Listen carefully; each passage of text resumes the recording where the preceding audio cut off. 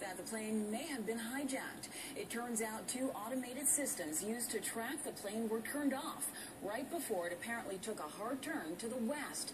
And there is evidence the plane flew for hours after the last contact with air traffic controllers. That's got the search now stretching all the way to India. CBS's Bob Orr reports.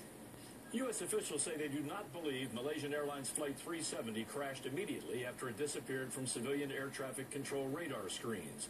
Instead, there are now strong indications the jet with 239 people on board continued to fly for several hours.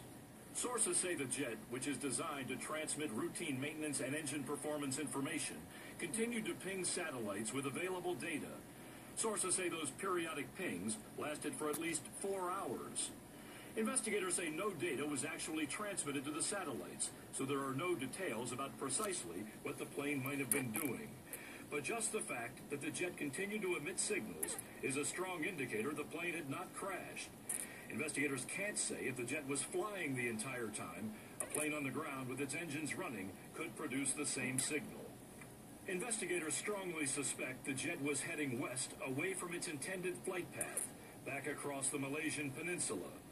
Military radar picked up a trail of unidentified blips, moving away from the general location where the jet vanished from civilian radar.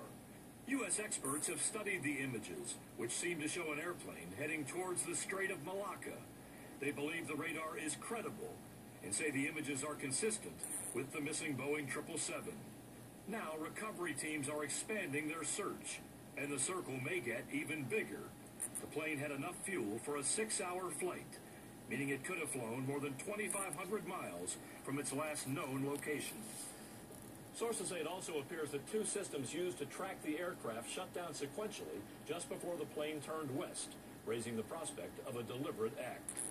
Bob Orr, CBS News, Washington. Closer to home, there were tense moments on a runway in Philadelphia. The front landing gear of a U.S. Airways plane collapsed during takeoff. Omar Villafranca reports. We are evacuating the plane. Oh, my God.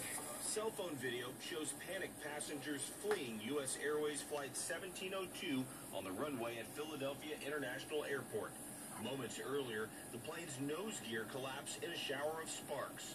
The second we went up, it just came crashing down, and it was like, and then everyone started screaming. The Airbus 320 was headed to Fort Lauderdale, Florida, Thursday evening. But just moments later, a tire blew out on the plane's nose gear, and the pilots aborted the takeoff. That's when the nose gear collapsed. Shocked passengers were told to leave the plane. The pilot came on the intercom that said evacuate, and then we just